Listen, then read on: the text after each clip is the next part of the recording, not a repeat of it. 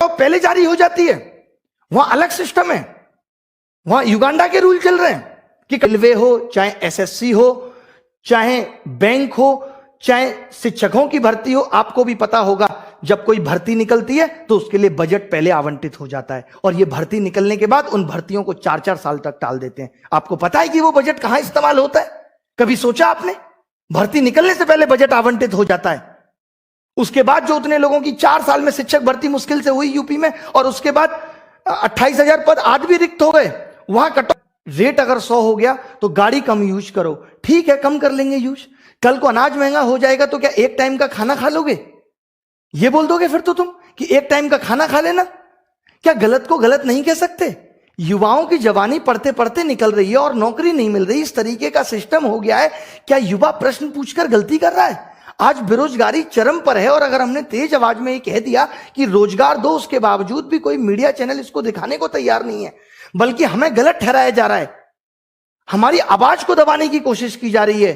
एक कानून उन मीडिया चैनल्स के लिए भी बना देते जो टाइम पास कर रहे हैं पिछले 4 साल से, जिसको लोकतंत्र का चौथा स्तंभ कहा जाता था। टाइम पास पे कोई कानून नहीं बना, और अब आप कह रहे हो कि जाके अपने अपने क्षेत्रों में काम करो, खेती करें। मान लो खेती कर भी लेंगे तो क्या होगा? किसानों के आंदोलन में बैठे होंगे, और उसके बाद क्या कहा जाएगा? शिक्षित होकर गुनाह कर दिया। क्या गारंटी देते हो कि शिक्षा में भ्रष्टाचार नहीं होगा? दे दो, हम खत्म कर देंगे आंदोलन। क्या सिस्टम बना दिया है, यहां नौकरियां बिक रही हैं, सब कुछ आपके पास तो डिजिटल है, डिजिटल इंडिया है, फिर भ्रष्टाचार क्यों बढ़ रहा है? फिर क्यों ट्रांसपेरेंसी सिस्टम में नहीं आ पा रही? जो पेपर लीक हो जा रहे हैं एग्जाम का, 3-3 साल तक पता नहीं चल रहा है। ये सिर्फ एक एग्जाम में नहीं है, ये हर एग्जाम का हाल है। आज अगर युवा रोजगार मांग रहा है तो लोग उसकी काबिलियत पे उंगली उठा रहे हैं। अरे किसने बनाया उसे काबिलियत? किसने दी उसको 10th में 80% और 12th में 90%? मैंने बनाया था ऐसा सिस्टम कि सबके 90% आ जाए। मैंने बनाया था ऐसा पेपर कि सबको 200-200 नंबर आ जाए, और उसके बावजूद भी सिलेक्शन नहीं होगा। और फिर उसके बाद आप काबिलियत पूछोगे? पीएचडी करके आदमी चपरासी का फॉर्म भर रहा है, और आप कह रहे हो कि लोग काबिल नहीं है इस देश में।